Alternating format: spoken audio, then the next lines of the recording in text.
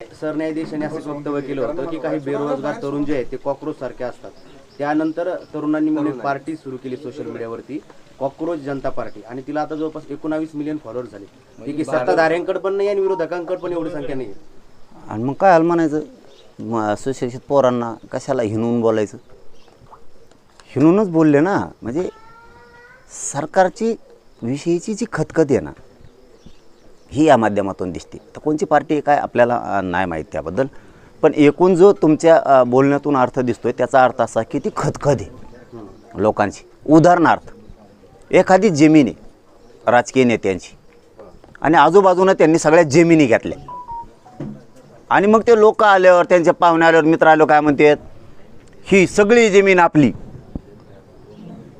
पण तुम्हाला मनाने जमिनी दिलेल्या नाहीत, तुम्ही त्या दादागिरीने घेतलेल्या। ही खतखत तुम्हाला माहीत नाही, कारण तुम्ही आज हिटलर दादागिरी करतायत, तसली दहशत माजवताय, त्यामुळे लोक भेट आहेत। पण खतखत तुमच्याविषयी एवढी आहे की एक दिवस खूप तुम्हाला दिसणार आहे ती खतखत, खूप लय मोठी खतखत आहे। फक्त एकदा खमक्या भेटला पाहिजे, खमक्या भेटला की धुराळाच वाजवतो यांचा। ही खतखत आहे सरकारविषयी। त्यांनी जो ट्विटर काढलेला किंवा एक हँडल काढलेलं त्यावर पण सरकारला बंदी आणली आहे। आणि ते कशावर बंदी आणत नाहीत? ते कशावर बंदी आणत नाहीत?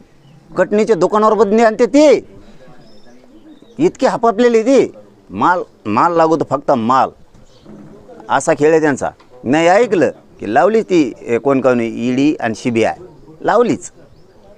माणसानं पक्षाकडं सत्तेकडं स्वतःहून यावं, मला स्वतःहून काम करायचं, या भूमिकेचं असलं पाहिजे। तुम्ही बळच घेतात, ती खतखत आहे, नाईलाज आहे, पर्याय नाही ते म्हणतात।